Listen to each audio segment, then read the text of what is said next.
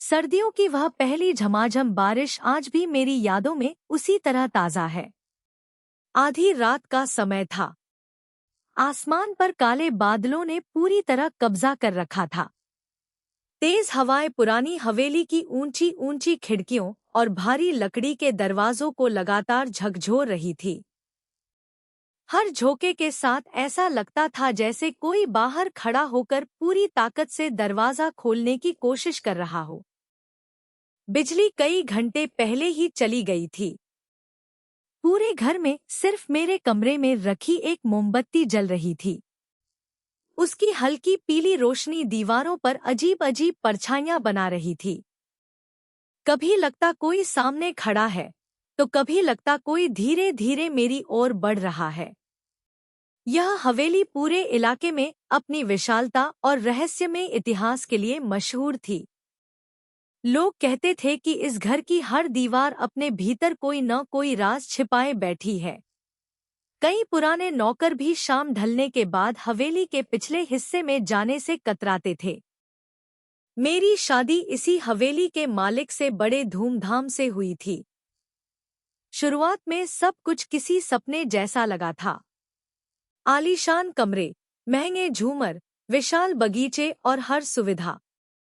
लेकिन कुछ ही महीनों में मुझे समझ आ गया कि यह शाही जिंदगी बाहर से जितनी खूबसूरत दिखती है, भीतर से उतनी ही खाली है।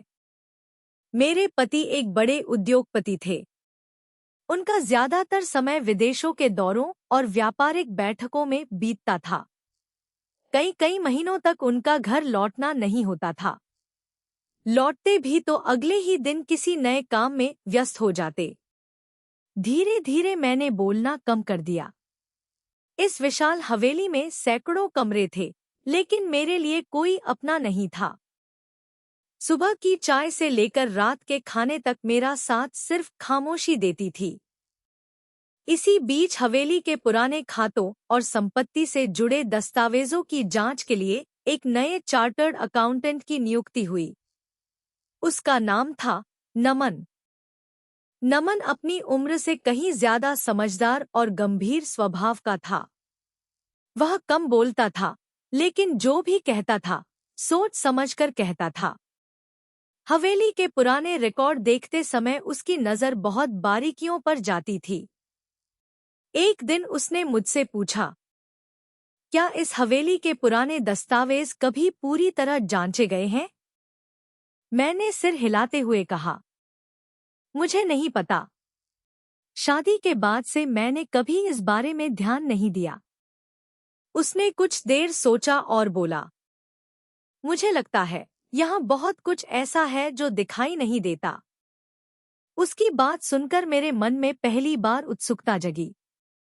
अगले कुछ दिनों तक वह लगातार पुराने रजिस्टर, तिजोरियां और धूल से भरी फाइलें खंगालता रहा।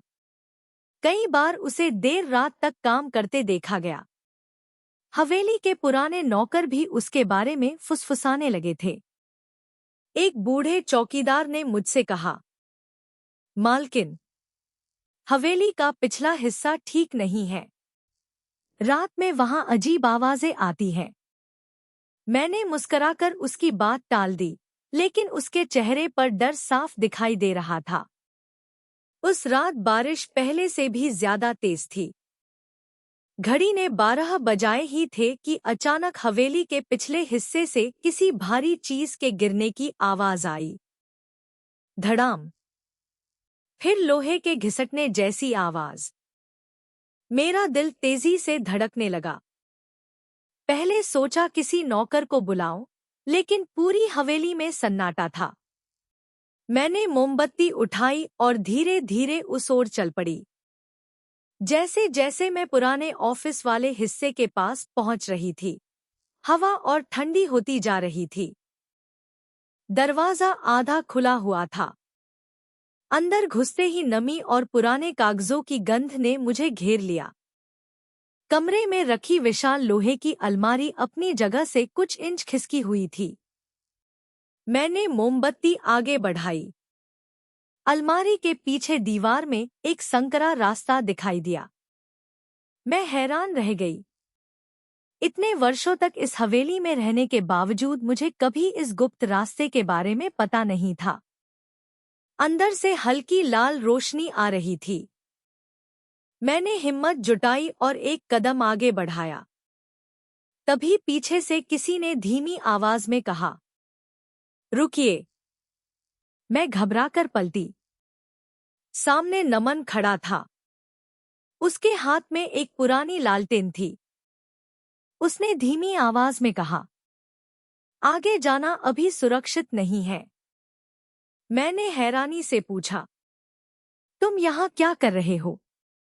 वह कुछ क्षण चुप रहा, फिर बोला, पिछले कई दिनों से मैं इसी रास्ते का पता लगाने की कोशिश कर रहा था। मुझे यकीन था कि हवेली के कुछ असली दस्तावेज कहीं छिपा कर रखे गए हैं। मैंने घबराकर पूछा, क्या तुम्हें यकीन है? उसने सिर हिलाया। हाँ, और मुझे लगता है कि आज रात हमें उसका सच मिल सकता है। हम दोनों सावधानी से उस गुप्त रास्ते की ओर बढ़ने लगे।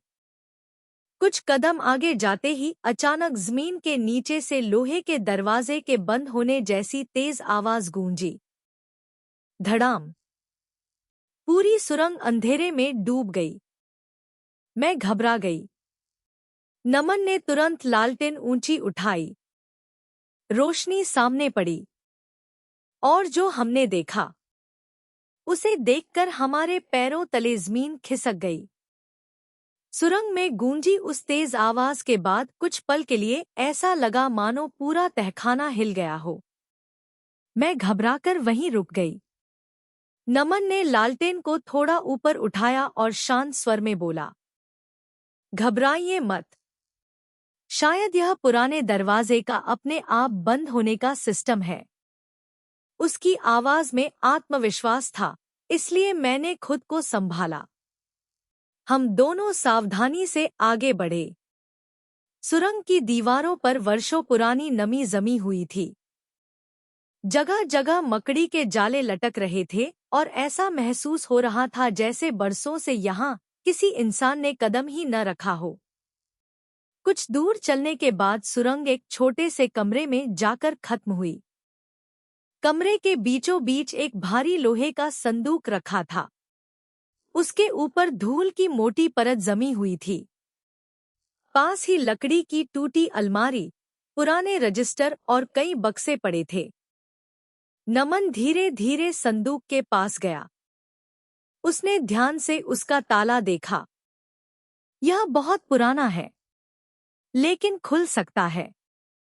उसने अपनी जेब से एक छोटा सा औजार निकाला और कुछ मिनटों की कोशिश के बाद ताला खुल गया। जैसे ही संदूक का ढक्कन उठा, अंदर पुराने कागजों के बंडल, लाल कपड़े में लिपटी फाइलें और कुछ मुहरबंद लिफाफे दिखाई दिए। नमन ने एक एक दस्तावेज निकालकर देखना शुरू किया। अचानक उसकी आंखें चमक उठीं। दीप्ति जी, यही वे कागज हैं जिन्हें हम ढूंढ रहे थे। मैंने आश्चर्य से पूछा, क्या मतलब? उसने सावधानी से एक पुराना वसीयतनामा मेरे सामने रखा। उस पर हवेली के पहले मालिक के हस्ताक्षर थे। साथ ही कई सरकारी मुहरें भी लगी हुई थी। नमन ने दस्तावेज पढ़ना शुरू किया। कुछ ही मिनटों में पूरी सच्चाई सामने आ गई। वर्षों पहले हवेली के मालिक ने अपनी संपत्ति का स्पष्ट बंटवारा किया था, लेकिन उनके निधन के बाद परिवार के कुछ लालची रिश्तेदारों ने असली वसीयतनामा छिपा दिया और उसकी जगह नकली दस्तावेज तैयार करवा दिए। इसी वजह से कई फैसले गलत आधार पर लिए गए थे। मैं स्तब्ध रह गई। तो इतने सालों से? नमन ने मेरी बात पूरी की। सब लोग झूठ पर भरोसा करते रहे। मेरी आंखों में आंसू आ गए। मैंने कभी सोचा भी नहीं था कि इस हवेली की खामोशी के पीछे इतना बड़ा रहस्य छिपा होगा। हमने सभी दस्तावेज सावधानी से एक बैग में रखे और वापस ऊपर आ गए। सुबह होते ही नमन ने एक अनुभवी वकील से संपर्क किया। दस्तावेजों की सरकारी जांच शुरू हुई। पुराने रिकॉर्ड, बैंक की फाइलें, जमीन के कागज और रजिस्ट्री के दस्तावेज एक एक करके मिलाए गए। जांच कई सप्ताह तक चली। आखिरकार अधिकारियों ने पुष्टि कर दी कि तहखाने से मिले सभी दस्तावेज असली थे। यह खबर पूरे परिवार में आग की तरह फैल गई। जिन रिश्तेदारों ने वर्षों तक सच छिपाया था, उनके चेहरे से आत्मविश्वास गायब हो चुका था। कई लोगों ने समझौता करने की कोशिश की। कुछ ने कहा कि यह सब एक गलतफहमी थी, लेकिन अब सच सामने आ चुका था। कानून ने अपना काम किया। नकली दस्तावेज तैयार कराने वालों के खिलाफ कार्रवाई शुरू हुई और हवेली की संपत्ति का अधिकार कानूनी रूप से मुझे सौंप दिया गया। उस दिन मैं पहली बार हवेली की बालकनी में खड़ी होकर मुस्कुराई। बरसों बाद मुझे लगा कि यह घर अब सिर्फ पत्थरों की इमारत नहीं, बल्कि मेरा अपना घर है। मैंने नमन की ओर देखा और कहा, अगर तुम सच की तलाश न करते तो शायद यह रहस्य कभी सामने नहीं आता। वह हल्की मुस्कान के साथ बोला, मैंने सिर्फ अपना कर्तव्य निभाया है। किसी का अधिकार उसे मिलना ही चाहिए। समय बीतता गया। हवेली की मरम्मत शुरू हुई। बंद पड़े कमरे फिर से खुलने लगे। पुरानी दीवारों पर नई रोशनी सजने लगी। बगीचे, जो वर्षों से सूने पड़े थे, फिर से हरे भरे हो गए। सबसे बड़ी बात यह थी कि अब इस हवेली से डर नहीं, बल्कि अपनापन महसूस होता था। नमन ने अपना काम पूरा होने के बाद हवेली छोड़ दी। जाते समय उसने सिर्फ इतना कहा, सच कभी हमेशा के लिए छिप नहीं सकता। देर हो सकती है, लेकिन न्याय जरूर मिलता है। उसके शब्द आज भी मेरे मन में गूंजते हैं। मैंने उन दस्तावेजों को आज तक संभाल कर रखा है, क्योंकि वे सिर्फ कागज नहीं थे, बल्कि मेरे अधिकार, मेरे आत्मविश्वास और मेरे नए जीवन की शुरुआत थे। आज जब कभी बारिश की वही ठंडी रात लौटती है और हवेली की खिड़कियां हवा से हिलती हैं, तो मुझे डर नहीं लगता। मुझे याद आता है कि सबसे गहरा अंधेरा भी हमेशा के लिए नहीं रहता। हर रहस्य का एक अंत होता है। हर अन्याय का एक दिन हिसाब होता है। और हर इंसान को उसका हक एक न एक दिन जरूर मिलता है। दोस्तों, अगर इस कहानी ने आपको अंत तक बांधे रखा हो, तो वीडियो को लाइक जरूर करें, अपने दोस्तों के साथ शेयर करें और नीचे कमेंट में राधे राधे लिखकर अपना प्यार जरूर भेजें। ऐसी ही रहस्य, सस्पेंस और पारिवारिक कहानियां देखने के लिए हमारे चैनल को सब्सक्राइब करना न भूलें। मिलते हैं अगली कहानी में। तब तक के लिए नमस्कार।